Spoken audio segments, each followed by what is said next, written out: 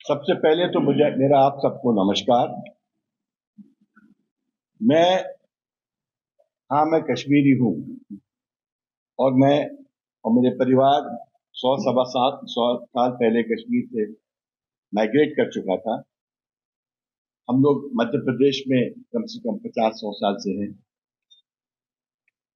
कई पीढ़ियों से मध्य प्रदेश में परिवार ने काफी ख्याति प्राप्त की है, मगर कश्मीरियत हमने कभी खोई नहीं और भूली नहीं। मुझे आज भी स्मरण है, 93-94 की बात है।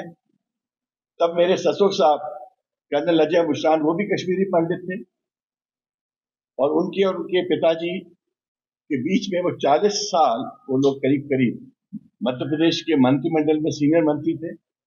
10-20 साल तो फाइनेंस मिनिस्टर थे।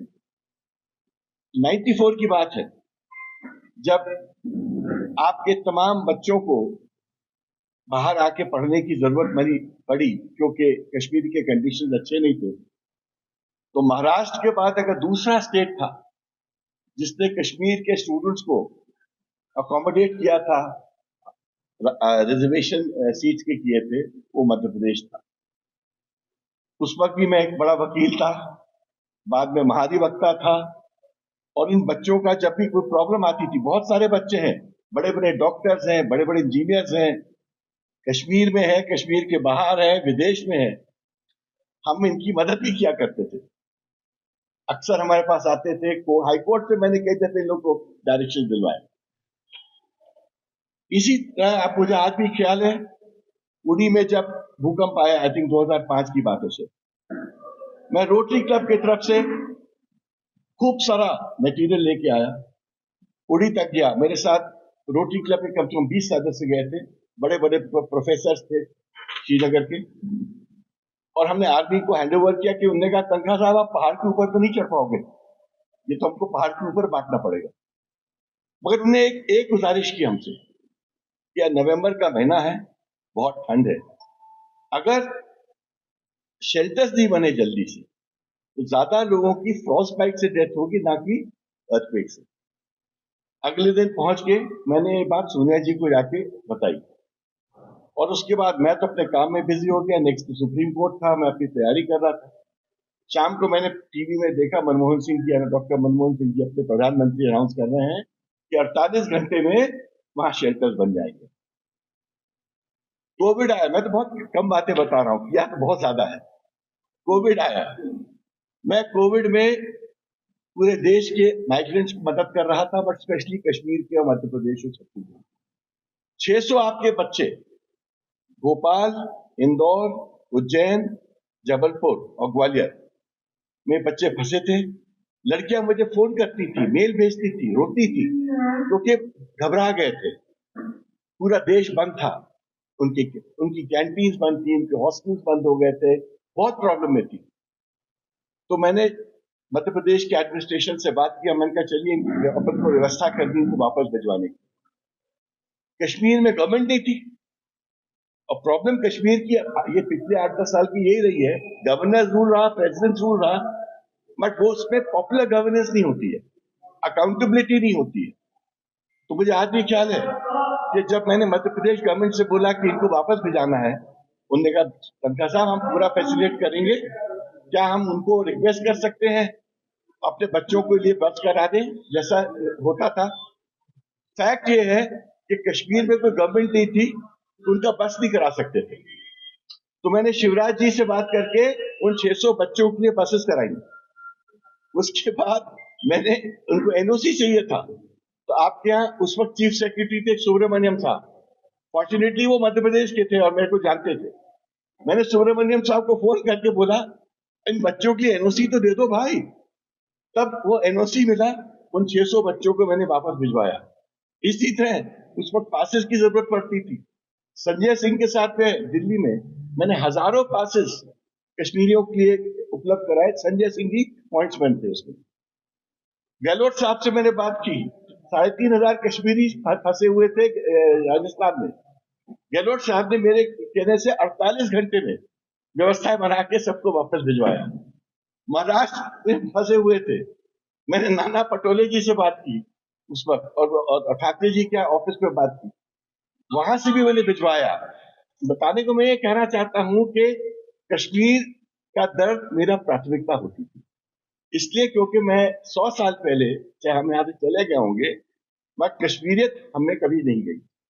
और इसीलिए मेरे को आज भी ख्याल है, मैं पहले दिन जब मैं खड़ा हुआ पार्लियामेंट में, तो मैंने सोनिया जी को थैंक किया। मैंने कहा सोनिया जी, बीजेपी कश्मीरी पंडितों की बात करती है, एमपी तो आपने बनाया कश्मीरी पंडित को पार्लियामेंट में। तो कहते हैं ऑपोजिशन के लोग हंसते हुए बोलने लगे, टंका साहब आप इसलिए नहीं बने हो, आप कश्मीरी पंडित हो, आप बड़े वकील हो इसलिए बने हो। तो हमने कहा चलो ये भी हमने मान लिया, मगर हम तो कश्मीरी पंडित। तो मेरा ये कहना है कि कश्मीर, कश्मीरियत और कश्मीर को अगर किसी ने सम्मान दिया है वो है कांग्रेस पार्टी, और ये सम्मान को बरकरार रखना है तो हमको कांग्रेस पार्टी जैसी पार्टी को ही सपोर्ट करना पड़ेगा, क्योंकि वो एक पैन इंडिया पार्टी है और यहाँ नेशनल कॉन्फ्रेंस के साथ उनका एक अच्छा मधुर अलायंस है। कल मैं फारूक जी और उमर जी से भी मिला था, काफी देर उनके घर में चर्चा की, और मुझे लगता है एक बहुत अच्छी प्रजातांत्रिक सरकार आएगी। आज यहाँ आने के पहले जो कॉन्ट्रैक्ट के टीचर्स हैं बेचारे, वो मुझसे मिलने आए, उनका एक डेलीगेशन आया, कई दिनों से मेरे से बात कर रहे थे। आपके पास 2-2.5 हजार कॉन्ट्रैक्ट प्रोफेसर हैं जो कॉलेज में 15-20 साल से पढ़ाते हैं, उनको मात्र फिक्स सैलरी मिलती है 28,000, जबकि वो एमफिल, पीएचडी और क्या जेडीआर, क्या है, जेआरएफ है। और जबकि यूजीसी का नियम है, यूजीसी का रूल है कि किसी को यूजीसी सैलरी से कम नहीं मिल सकता, इस तरह से कॉन्ट्रैक्ट में आप टीचर्स को नहीं रख सकते। इसके बावजूद 10-15 साल से वो बेचारे परेशान हैं। मैंने उनको आश्वासन दिया, मैंने कहा आ जान दीजिए हमारी पार्टी को इलेक्शन में पावर में, मैं आपका केस की पैरवी मैं करूंगा। और ये भी मैंने बोला, डोंट वरी, अगर पार्टी में आनाकानी की और देर की तो मैं हाई कोर्ट और सुप्रीम कोर्ट में भी आपकी पैरवी करके आपको रिलीफ दिलाऊंगा, क्योंकि ये आपका कॉज है, ये आपका जस्टिस है आपके लिए। तो मैं तो ये कहूंगा कि मैं कश्मीर के जनता के बीच में न्याय पाने आया हूं। आज न्याय क्या हो सकता है? एक गुड गवर्नेंस, एक अच्छी सरकार, एक प्रजातांत्रिक सरकार, एक अकाउंटेबल सरकार जो पब्लिक के बारे में सोचती है। और मैं स्पेशली जो 7 गारंटीज हैं कांग्रेस पार्टी की, वो दिल छूने वाली है। मैं एक एक करके आपको बताना चाहता हूं। महिला सम्मान हमारा हक, विमेन एम्पावरमेंट के लिए हमने हर वक्त लड़ाई लड़ी है और लड़ते रहेंगे। अच्छी सेहत हमारा हक, आपको नहीं मालूम है, मैं बड़े बड़े मेडिकल मिशन करता हूँ, ट्राइबल एरियाज में करता हूँ, 1-1 लाख मरीज आते हैं मेरे ट्राइबल मिशन में, ये रोटरी के साथ करता हूँ। पूरा मध्य प्रदेश, छत्तीसगढ़ इसके बारे में बात जानता है, और पूरी सरकारें हमारी मदद करती हैं। तो मैं चाहता हूँ कि उसी तरह कश्मीर में भी एक माहौल बने जिससे कोई कोई मरीज अनअटेंडेड ना जाए, गरीब से गरीब मरीज अनअटेंडेड ना जाए, और यही कांग्रेस का ऑब्जेक्टिव है। फिर अदर बैकवर्ड क्लासेस का हक, ओबीसी का हक, वो राहुल जी का पेट टीम भी है, उनकी सोच भी है, और वो भारतवर्ष में उसका एक बड़ा भारी एक निश बना है। कश्मीरियों पंडितों का हक, देखिए मदद तो एक पार्ट है, हक दूसरी पार्ट है। और मैंने खुद एज अ पार्लियामेंटेरियन मैंने प्राइवेट मेंबर्स बिल लेके आया हूं कश्मीरियों पंडितों के हक के लिए, जो एडमिट हो चुका है, जिसमें डिस्कशन होगा।